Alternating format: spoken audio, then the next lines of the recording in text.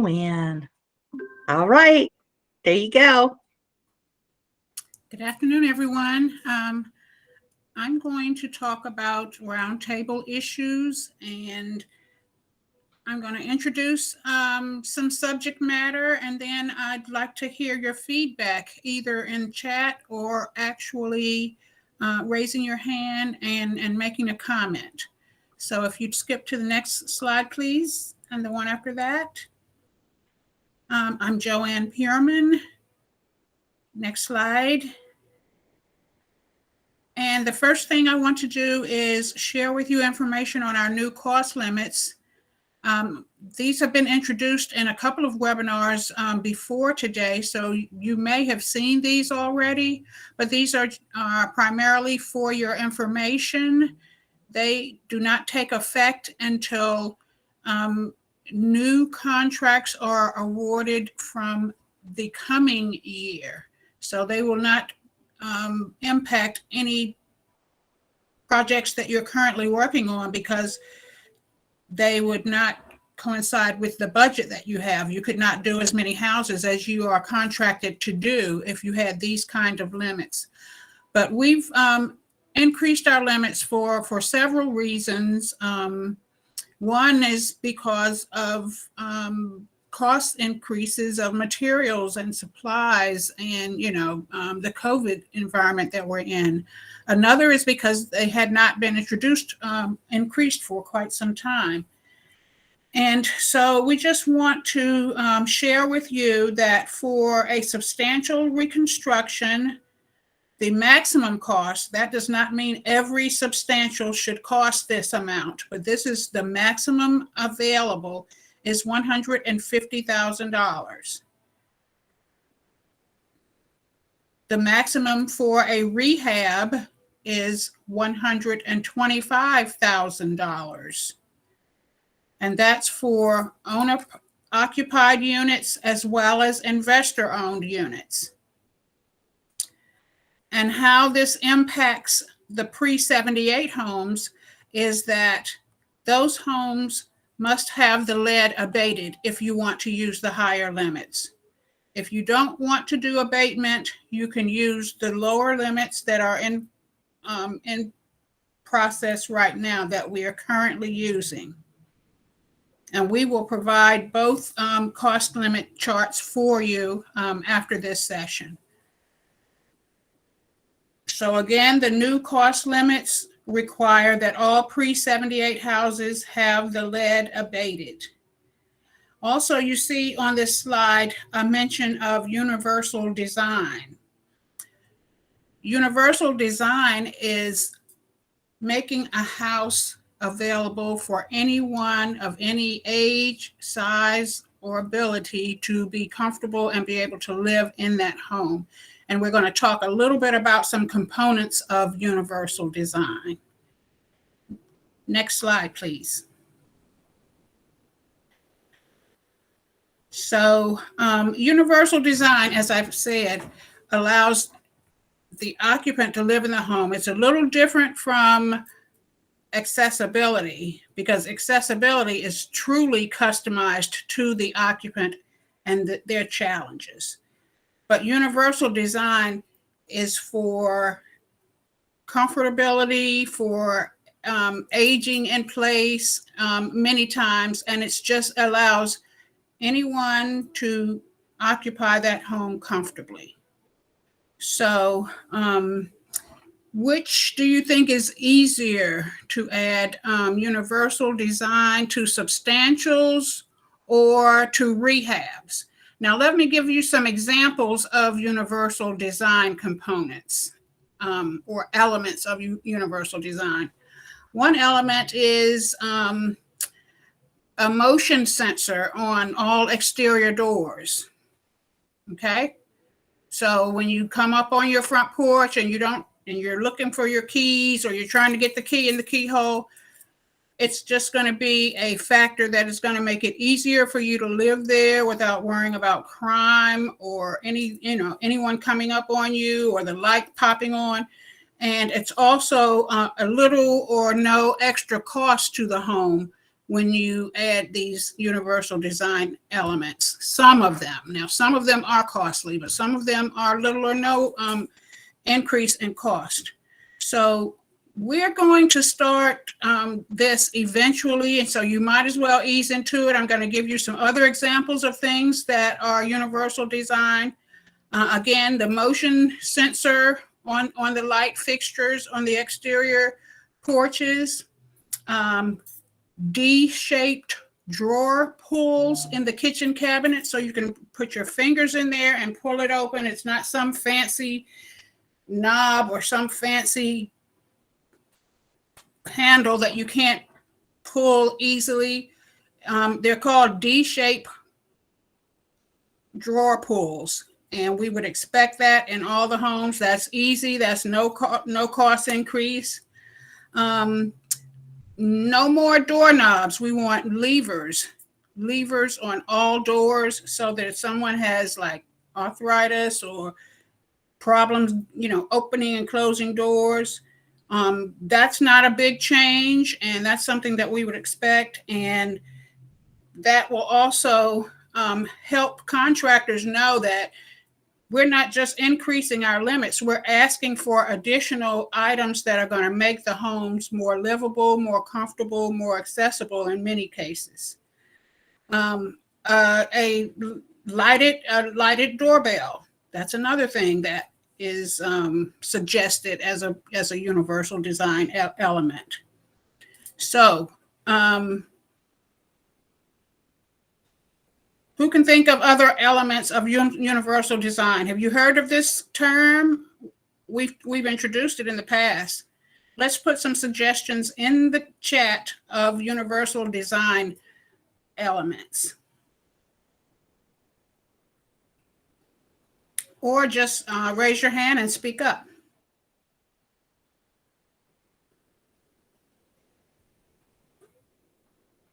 Okay.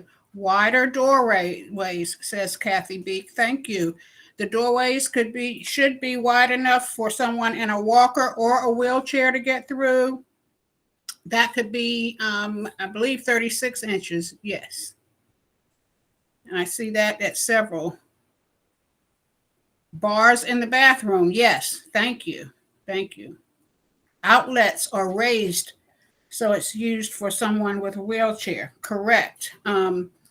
I think 18 inches is the minimum height of outlets, because some people, especially older people, they kind of get dizzy when they bend over and try to plug something into the wall. And so you want to minimize bending and stooping and that kind of thing.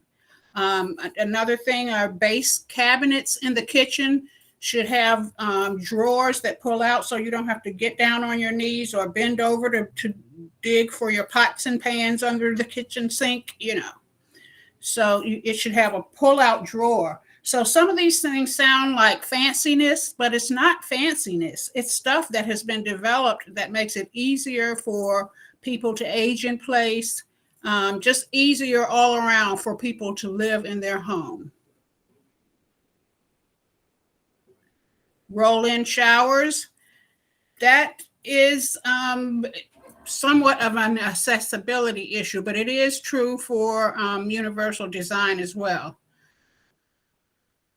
Okay, so I've heard about what you've incorporated. Let's talk about whether it's easier to use universal design in substantial reconstructions or rehab, or both.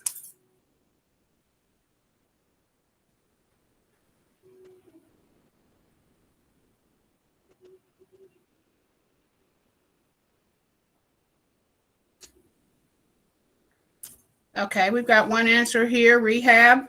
That is half true, because it's really can be done in either a substantial or a rehab, depending on how far you're going to go with your universal design elements. What we'll do is send you a list from several publications of suggested elements. There's no one list that we can put together for every house. We just would hope that you would incorporate as many of those as possible. Certainly the motion sensors at the exterior doors, that's easy enough. All light fixtures at exterior doors. Certainly the doorknobs, certainly some of the easier things.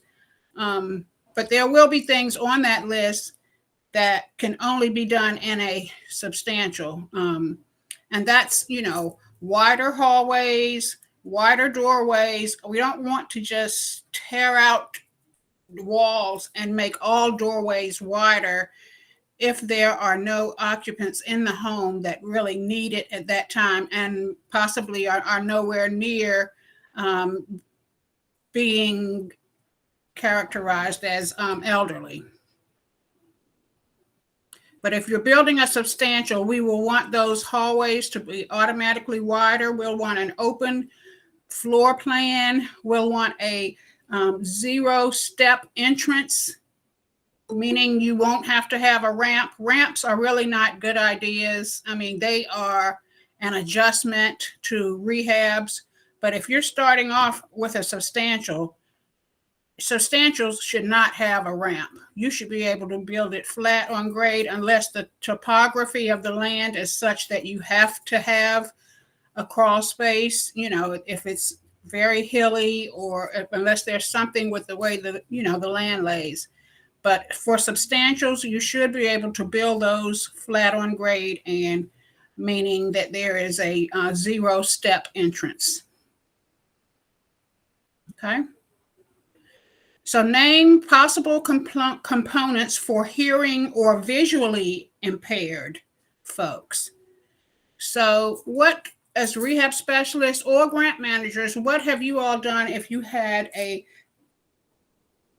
beneficiary, a client who was hearing impaired or visually impaired?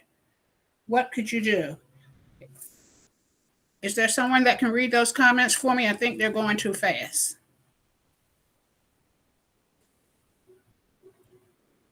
I'll read them for you, Joanne. So I think one comment was just Cedric, can we build SRs on a slab? Substantial rehabs on a slab. Yes. Okay. There's a bunch of other comments. Let's see. Kenny Rogers said substantial reconstruction is always easier to provide with the ADA and universal design. Correct. All right. And I'm kind of giving you these tips and these warnings because eventually we're going to make it a requirement, likely make it a requirement that substantials incorporate some of these universal design features. We won't do it immediately, but just get your feet wet and just start identifying things that can make universal design very practical in your rehabs. And it's probably going to require that you change some of your floor plans because some of the floor plans that I've seen over the years does not mesh with universal design as it relates to open floor plans, wider hallways, wider doorways, cabinetry, things like that. So we will be providing additional trainings in the future. So as it relates to components for hearing or visually impaired, I think Donald Goodwin has suggested smoke detector with a strobe, and that will help with a hearing impaired person. Thank you, Donald. And Chris Luttrell said strobe doorbells. Okay, very good. And then Cedric Stovall has his hand raised. Okay, Cedric, hi. Hey, Joanne, how are you? I'm good. How are you? All right, quick question. If we do, with most of our homes, that 0-step that you were talking about, the grade is not going to allow that in a lot of cases. If we do go to slab construction, will radon gas then be an issue next? I guess because it could be an issue. You would have to check the mapping. There's a map of Virginia that has the radon values on it. And I'm not proficient in that at all. So I'd be glad to, speak with you offline and hear your thoughts on that. But it's not prevalent throughout the state, as far as I know. Do you know anything about the radon mapping? I just actually came across it researching for today's speaker, and I think it was they had a map, and it looks like most of the radon is really on the western and like along the Appalachian Trail, the mountains there. Not so much like say Richmond and going east towards the water. So that's Right. but there is a map. I'll see if I can find it again. Okay, thank you, Kathy. Sure. So Cedric, there is a map that guides people on radon issues in the state and really nationwide. Were you familiar with that? No, but I just know that we did one years ago in Brunswick County, and I had one built on slab for a guy that was actually handicapped, and that question got posed to me several times by the building official. He didn't require it, but he kind of posed the question was if I had looked into that.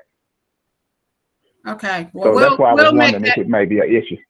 We'll make that mapping available and try to get some more guidance for you on that. So thanks for bringing it up. Mm-hmm. Okay. I found it, so I'll send it to Sherry, and then we can post it on our website. Thank you, Kathy. Thanks a lot.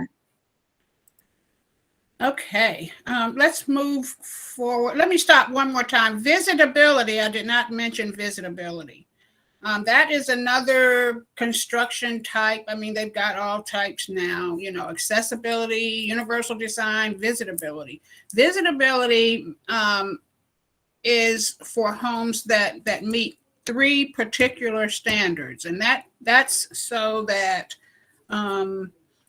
people who visit your home in wheelchairs or using walkers or general mobility issues can visit your home safely and enjoy the benefits of your company. And those 3 items are the 0-step entrance, just like I said, the 36-inch clearance on doorways, and a 1 bath on the main floor that is wheelchair accessible.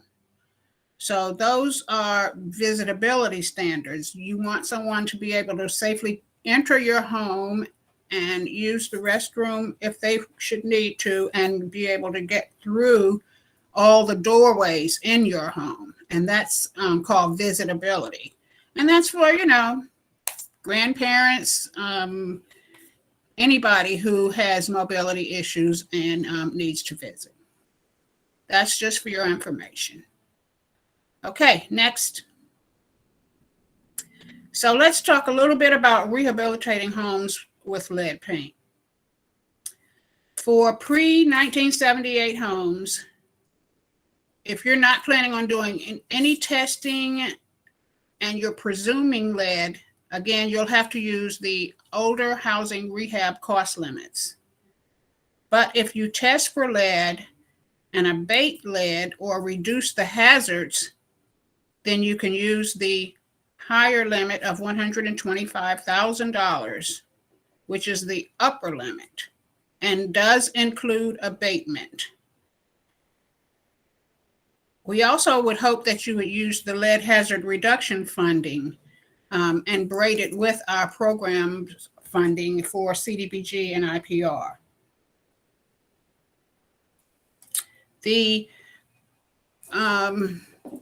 So the first thing you need to consider is, do you have lead abatement contractors? Do you all have lead abatement contractors in your area?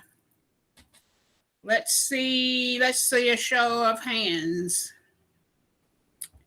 And if not, you'll know that that's something you need to do, is start recruiting, start looking for them. If they're not in your area, what's the closest area they are? Because you want to be able to tap into these higher cost limits.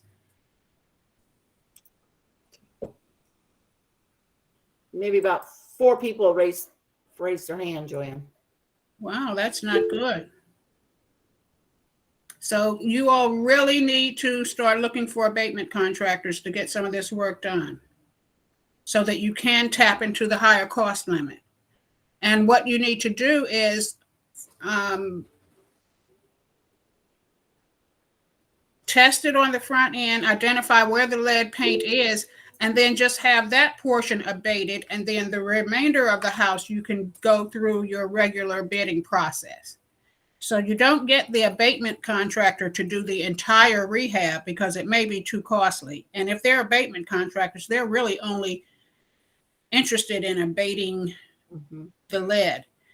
And it could just be in smaller components like the window trim or the door trim or just certain areas in the house. So that might take up maybe $10,000 or $12,000 of your money, and then you would have the balance left for the rest of the rehab. So you'll have to really coordinate it, think it through, and get these things done. Okay, Joanne, we have a question from Kenny Rogers. What do we need to provide to justify visitability cost items to a home? Then I have Donald's hand raised after. Okay, you don't need any justification. If you can make these modifications within the cost limits, then they are acceptable. They are acceptable practices for rehab in our program. Visitability and universal design, and just as accessibility is. These other two forms, universal design and visitability, don't need any special justification. Okay. Never mind. Donald said he had a question. It was just from the other thing. Brian Goldman, do you have a question? Nope. Yes, Brian? I do. I'm sorry, I was on mute. Okay. There you go. Okay, go ahead, Brian. Going back to the lead abatement issue, so is there money in there for doing the inspection, for having a lead inspector come in and doing the inspection? There is money in the IPR program budget for CDBG. It does not apply to any current CDBG grants that are going on. So any grant managers that are on this call and that are writing applications for the future, you will have to put that money into your budget. But yes, it is an eligible cost, but it has to be budgeted. Okay, thank you. Mm-hmm. Okay, and Kenny has a clarification that you want lead abatement and not RRP certified contractors. That's correct. Abatement contractors. Right.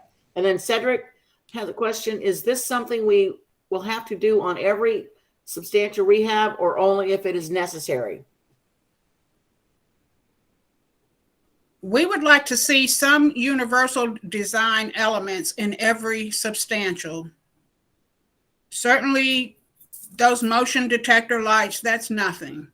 Certainly, levers instead of doorknobs, these kinds of things, we're just planting the seed here, and we're going to provide you with a list of things that you can kind of pick and choose from that you can incorporate.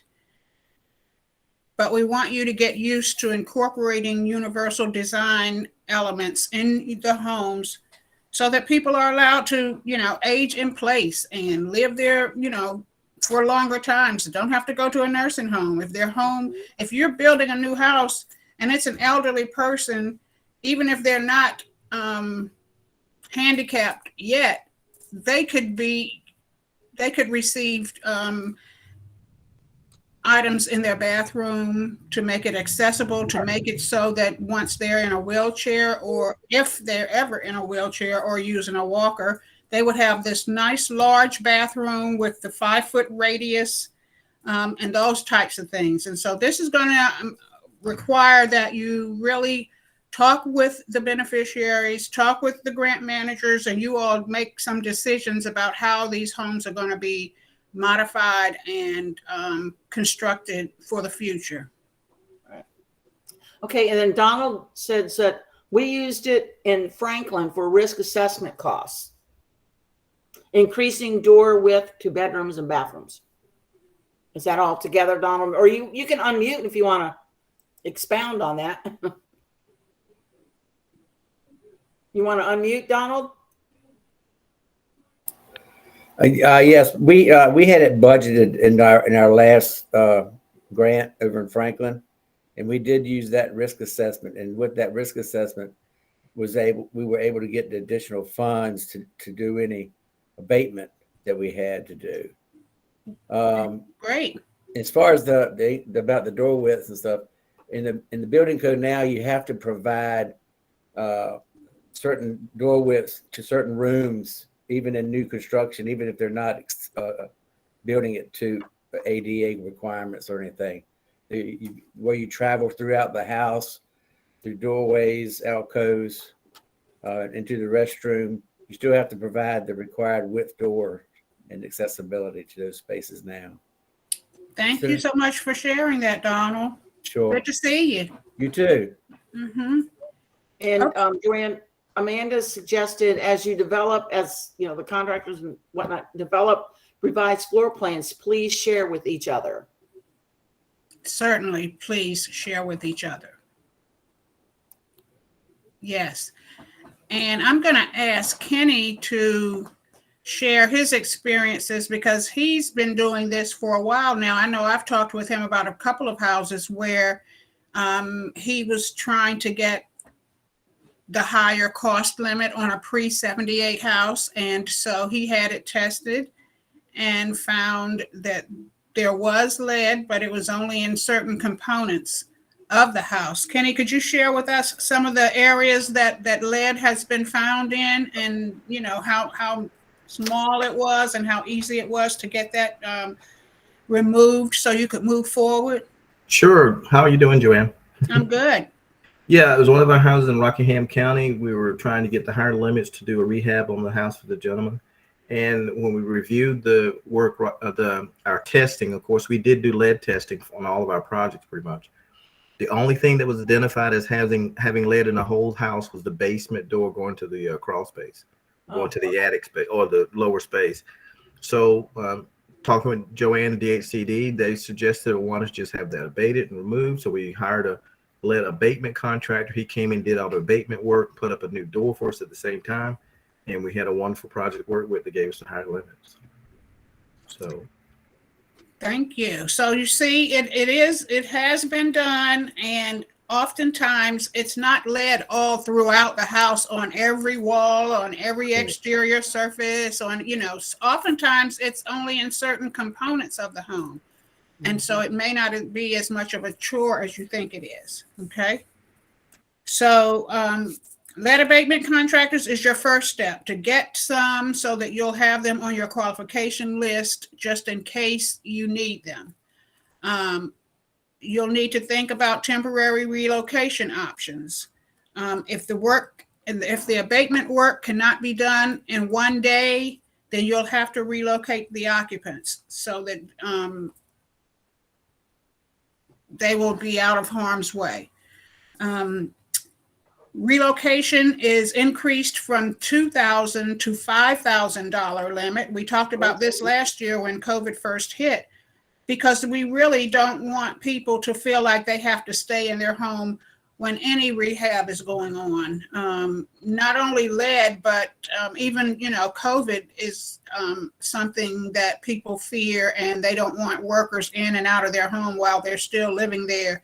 So, should they choose to be relocated, you should have ample money with the $5,000 limit to relocate them, even because of COVID.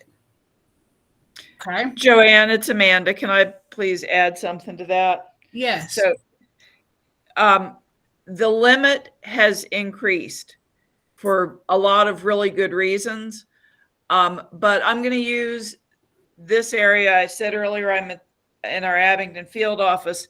So if somebody down here needs to be temporarily relocated, we would expect that relocation to occur at, the Hampton Inn or the Comfort Inn or the Quality Inn, paying what we all know as state rates, government rates, rather than have them at the Martha Washington or, in the Richmond area. You can't temporarily relocate people at the Jefferson unless you can get state rates. So the amount is increased, but appropriate governmental restraint is still expected. Thank you. Thank you. Exactly. And it's Josh. And, yes, Josh. I'm sorry, I'm traveling, so hopefully you can hear me. To touch on what Amanda just said, what do we do? I think the way I took that is maybe we're looking to put them in motels. What do we do about pets? Ooh. To be honest, I don't know of a motel or hotel in our area that allows pets. Would boarding pets be considered relocation? That's the first time we've had that question, and I don't have an answer for you. Certainly, our biggest concern is with the human occupants of the unit, and there are other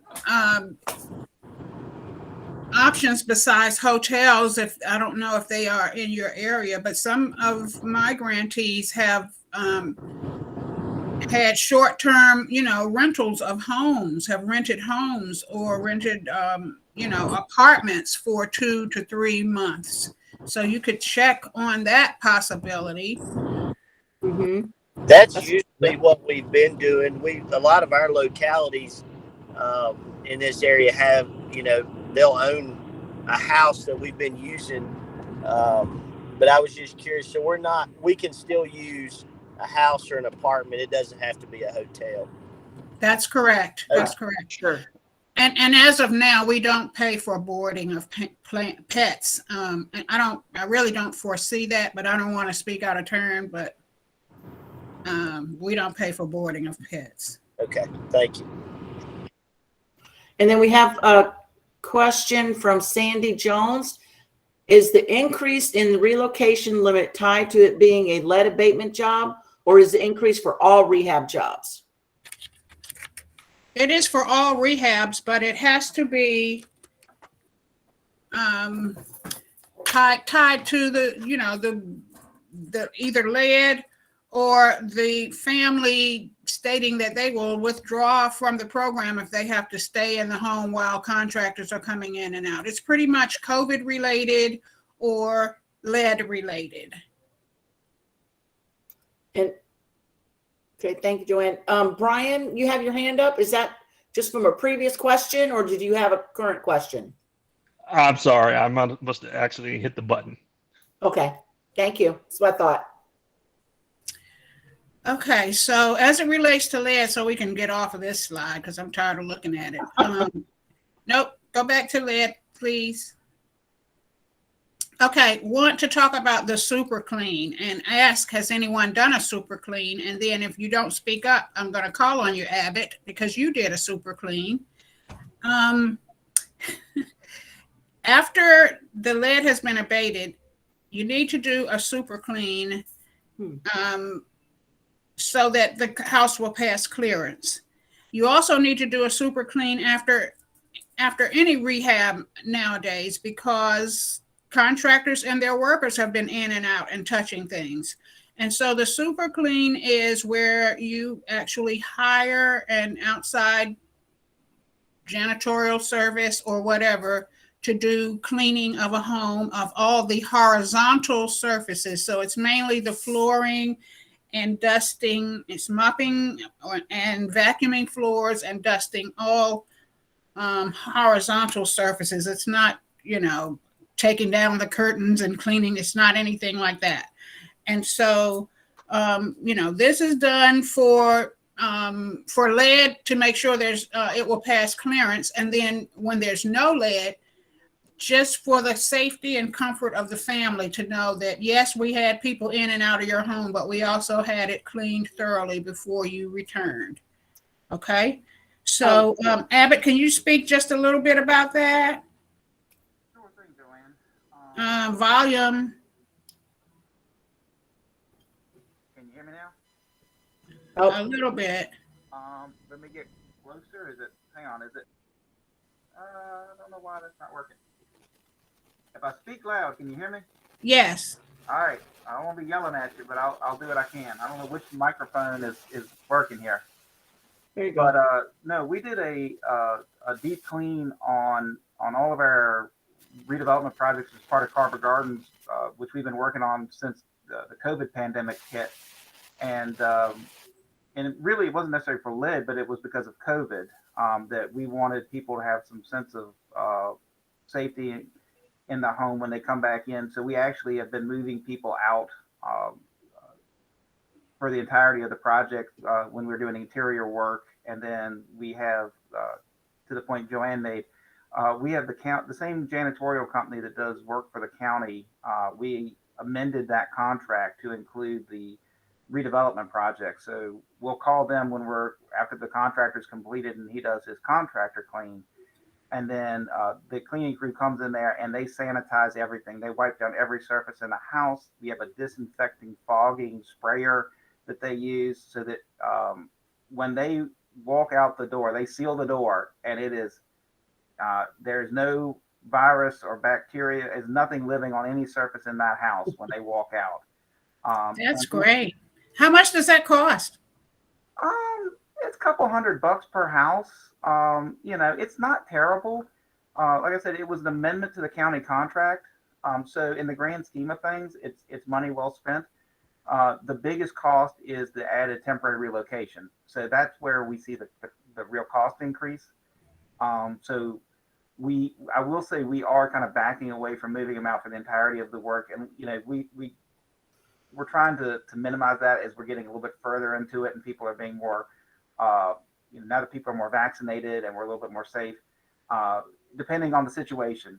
Sometimes if they're in a really precarious health situation, they're out. We want to protect them, but so it's a little bit more case by case to try and not kill our budget. But the sanitizing clean portion is really not that expensive.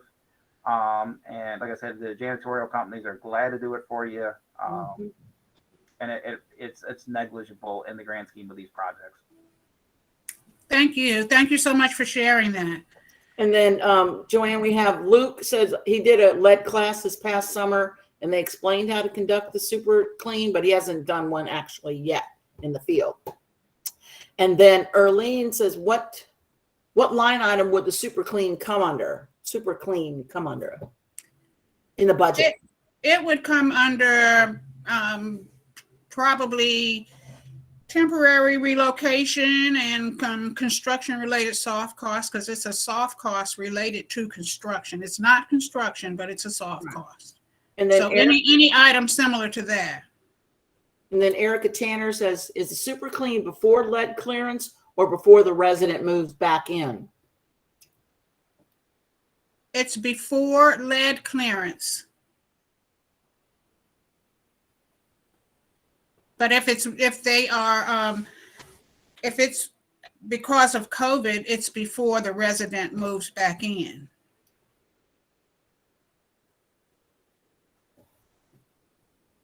Okay. Does that answer, Erica? Erica? Maybe you might be on mute.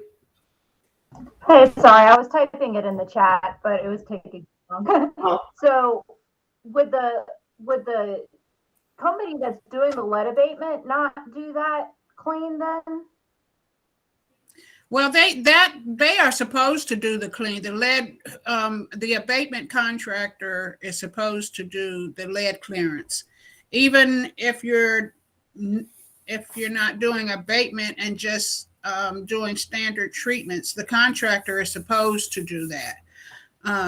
So it really could be before the resident moves back in.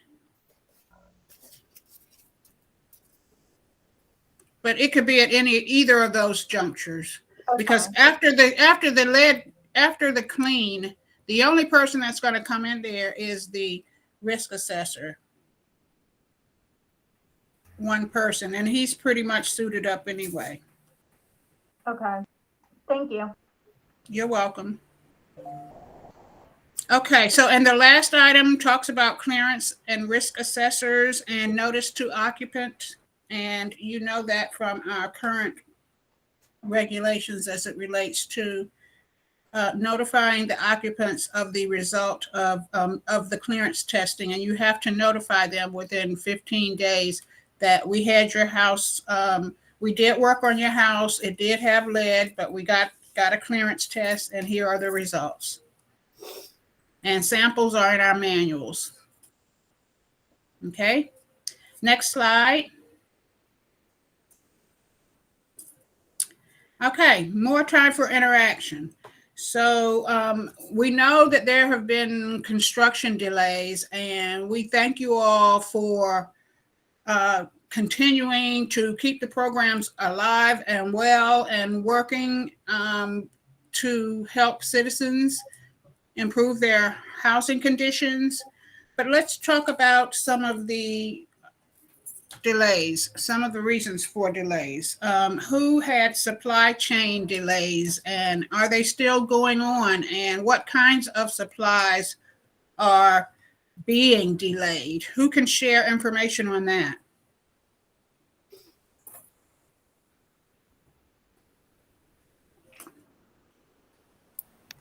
Arlene says delay in getting windows. Yes, Joanne, I was going to say that we're having that problem in new construction. Okay. Because Ellen also said that too. Yeah, they contractors are wanting to start doing work on the interior before they can get the windows in, and we're having problems with that. Or get the power on, and next thing you know, insulation gets wet, and then you start having mold problems and all that. So we've been not allowing them to do that unless they put some other temporary coverings over the windows or the rough openings. Yes.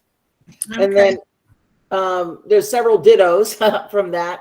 And then Cedric Stovall says tubs and showers have been a delay. Mm. And then Anna Mead, ongoing problems with windows, bathtubs, metal roofing. Okay, all right. Thank you for sharing those, because we don't have anywhere else to get this information other than from our network. Cherry says we're having delays with well drillers and septic installers too. Oh. Okay.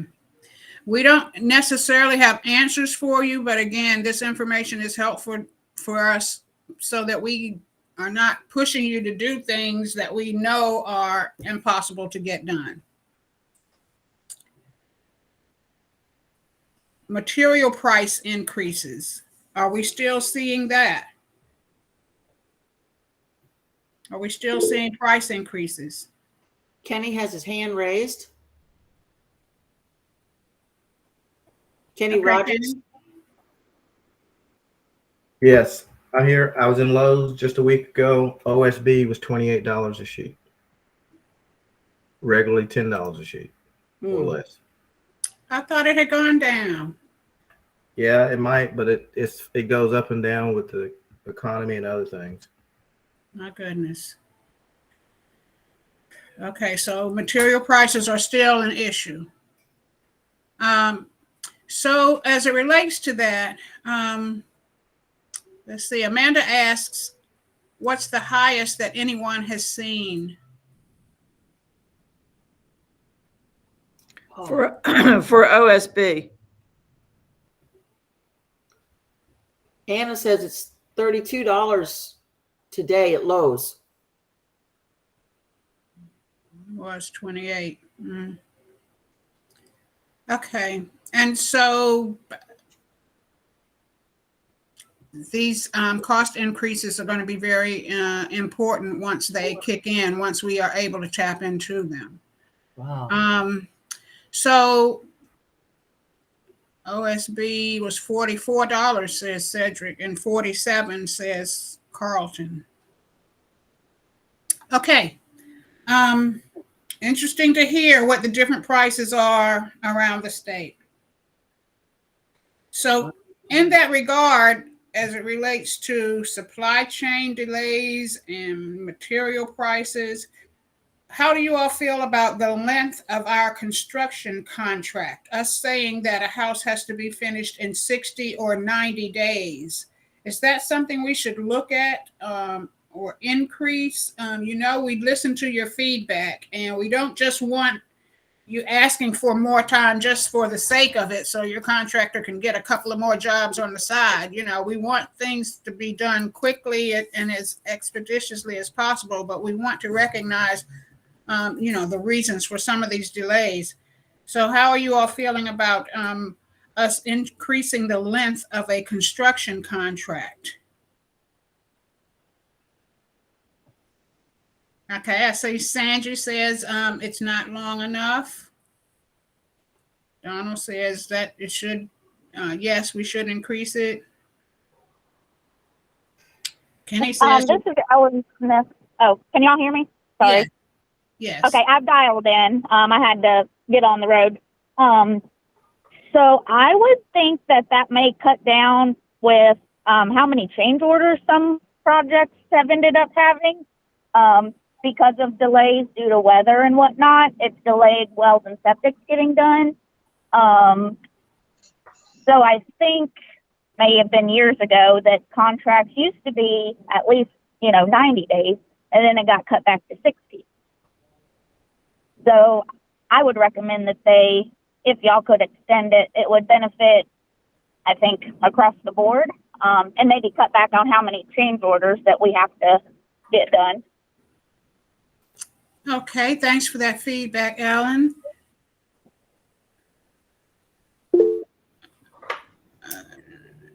Kenny says no. Jimmy Moss agrees with Kenny. So some yes and some no. Cassandra. Yep. Hi. What do you think? Hey Joe, how you doing? I'm good. A big issue that some of my contractors had this fiscal year was getting building permits. It took one of my contractors in Prince Edward County exactly 2 months to get a building permit. A building demo permit. I mean, he had the worstest time in Prince Edward County getting all his permits.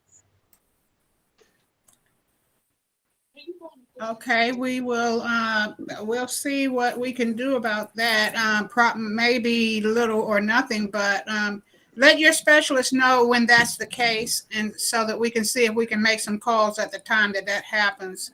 Only because the building officials work closely with our building code academy, who you all heard from earlier this morning. So they might be able to just pick up a phone and ask something. Or it could have been COVID. It could have been that office was actually shut down for a time. We've come upon that, in various localities. But Cassandra, if you'll let us know when you have that issue with a building permit, it shouldn't take over 30 days. I don't see why it should. Okay. And also another issue that we've ran into.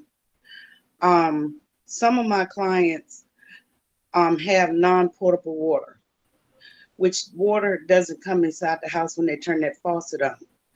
But the septic system, they'll tell us is working fine. There's nothing going on with it. Nothing wrong. Everything is nothing on the ground, the whole 9 yards. So we're putting the specs to have it pumped out. So then when they go in there to pump the system out, we'll find out it's roots in the drain seal, or some is cracked. So then we have to go and get another permit, then do a change order to get a septic put in or a septic repair. And that's a big holdup because it's unforeseen. Okay. Interesting. Thanks for sharing that. doesn't seem like there's a cure for that other than going through those motions and having to just be patient with identifying something extra. Luckily, there's funding available to help with something like that, right? Yeah. Yes. Mm-hmm. Hey, Cassandra, this is Kenny Rogers from TurkApp. I understand precisely what you're saying. One of our IPRs are trying to set up now. We've spent months trying to determine the capacity or the ability of the septic system. Whenever we can, we try to get the health department involved to say, what can you tell us about this septic system? And so if you work, I won't say work with a good one, but if you get one that's more proactive, they will actually come out and help you to determine if that septic system is good. We worked with one in Nelson County, a guy by the name of Tom Ike. He actually asked us to find somebody to identify the septic systems and the distribution box. He actually went out and looked inside each one, make sure everything was good, and he gave us a good inspection of the septic system. So I would try to work with the health department as much as possible. Sometimes if you can determine that the system is kind of old, you can tell them that we might have to get a repair permit, which you can get free of charge.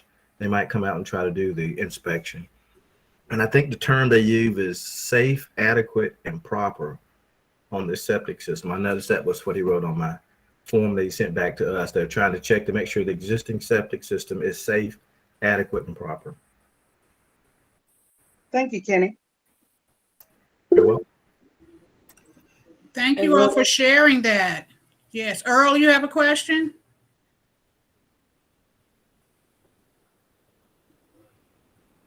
Where'd he go? Earl? Okay. All right, I know. Can I make a?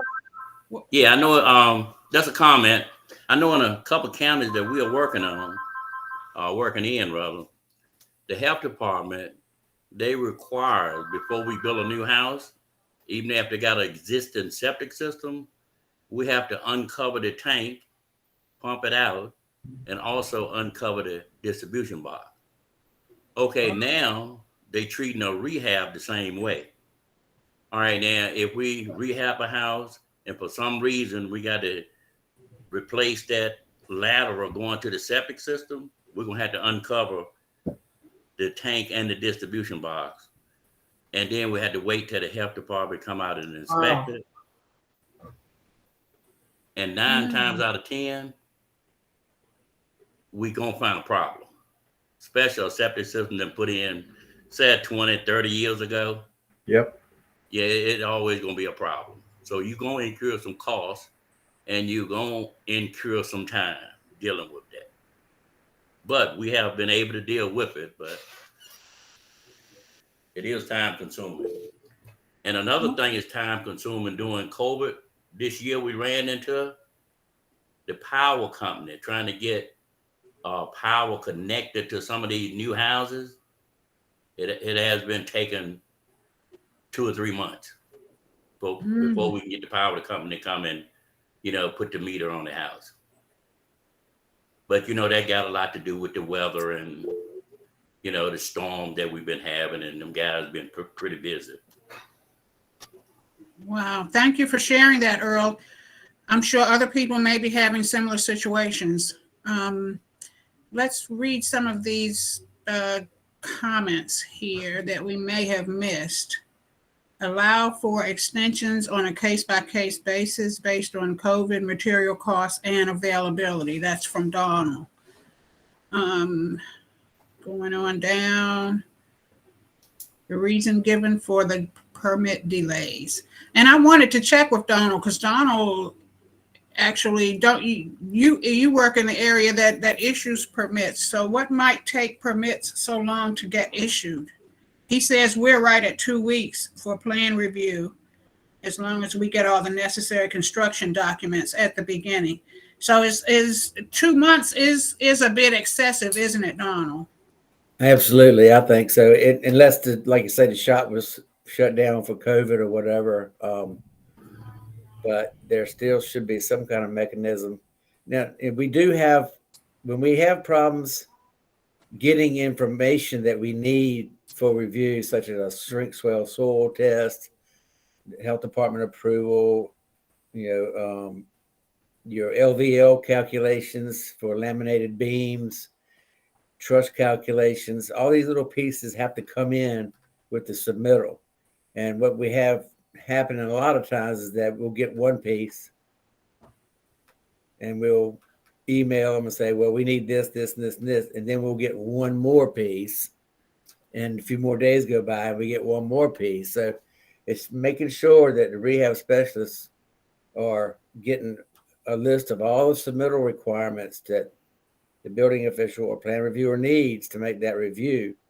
And once that review is done, you know, with all the submitted information that's necessary, it's a lot quicker, a lot smoother.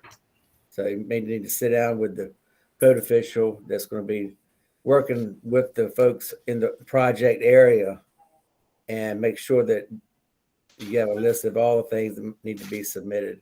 And I think it'll go a lot smoother. Okay, thank you for those tips. Also, Joanne, the building permit that I was talking about, we had gathered all the information that was actually needed, and their office had been closed for a while. So I was having to email the stuff, and the contractor was emailing stuff, and they never opened the email. And then too, some of the paperwork that they get, they set it on their desk and forget it's on their desk. Those were two issues with that project. Okay, so thanks for sharing that. That reminds people that they need to follow up, maybe just at least once a week and see what's going on with the status of their permit. Some other comments in here. Marion Payne says that DEQ has a new septic well permit grant. So you all might want to look into that. Thank you, Marion. That's DEQ. Anna Mead says that meter bases are in short supply from AEP. So that might be a reason for slow electrical hookups, meter base shortage. Brian Goldman says, for the septic repair on a rehab, where is the money coming from? Exceptions. Currently, that is coming from exceptions, but in the future, the $150,000 or the $125,000 is the total allotted amount. There are no exceptions. That's a total lump sum figure for base costs and exceptions will be that the new cost limit of $150,000 or $125,000. So does demolition and asbestos still stand alone? The removal of yes, demolition is still a standalone, and asbestos is part of construction-related soft cost. The $150,000 or $125,000 is just for the base plus exceptions. Okay, I know we normally have in the CRS for the asbestos test, but what I'm talking about is the asbestos removal. That goes along with demolition, correct? Yes. Okay. Yes, that's removing because asbestos is only allowable for substantials, which is removing the home that has the asbestos in it. So yes. Okay, thank you. Asbestos removal is part of demolition. Thank you. Okay, Marion Payne, sorry. It is VDH that has the new well and septic repair program, up to $40,000 for qualified households. So, okay, Marion is making a correction on that DEQ, and now she's saying it's the health department that has the new well or septic repair program grants. So look into that if you need extra funding. Okay. Thanks, Marion. That's great. So Anna, does the $150,000 cost limit on substantials include demolition of the existing house? No, it does not. Demolition is a standalone cost. And then Marion has put the web page address for the grant funding she mentioned in the amount of up to $40,000. So thanks for sharing that. Okay, we're winding down. I'll be finished in 5 minutes or less. Cassandra has her hand raised. Okay, yes, Cassandra. One more quick question. All right, for the flex projects, is that amount still the same, or is it an increase in that? No, the flex is just part of the renaming, rebranding of IPR Flex, but the flex houses will follow the same $150,000 for substantials, which there shouldn't be any substantials, and you're talking about the regular rehab houses that don't have plumbing issues. Yes, ma'am. It's $125,000. It went from 45,000 to 125. Yes. For regular rehab. Yes. With no plumbing. Okay. Yes, but we're not expecting all of these houses to come in at those amounts. We want you to still be very judicial. We don't want you to share these amounts with your contractors beforehand. We just want to see how it unfolds.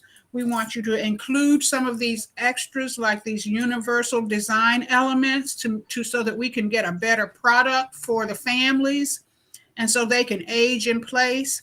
And you know, it just will feel good to have that little cushion. But we're still hoping that these houses come in at reasonably priced. Understandable. Mm-hmm. Okay, lastly, have you all had problems with contractors or their crews having illnesses and not being able to, you know, having to walk off the job for a time and then come back? Have there been issues like that? Yes. Okay. Well, hopefully, yes.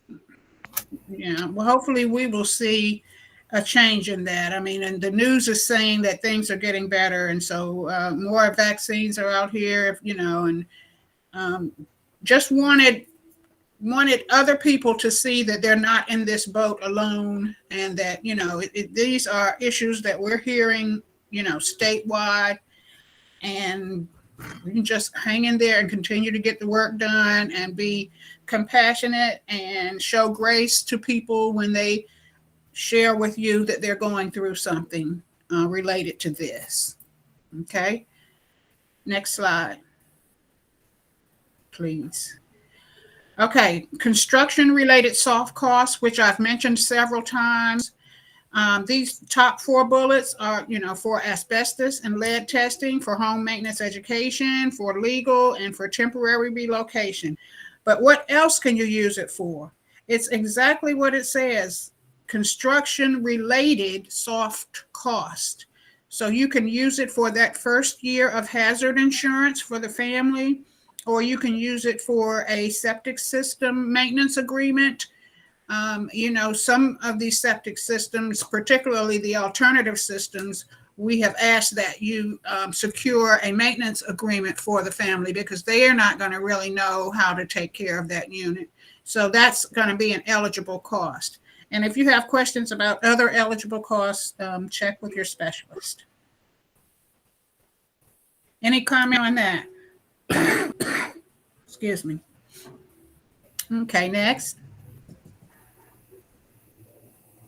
All right, that's all. It's so close to 5 o'clock. I know you all are ready, and I appreciate your participation in this session. We got a lot of good feedback, and I hope you'll see that many of you are dealing with, you know, a lot of the same issues, and you know, feel free to call each other and talk it out and see how people have resolved one challenge or another, because we are a network, we are a family.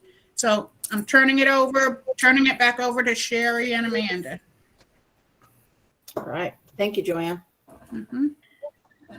So Sherry, can you give us a clue on what's happening tomorrow, so I won't be caught while I'm eating my lunch?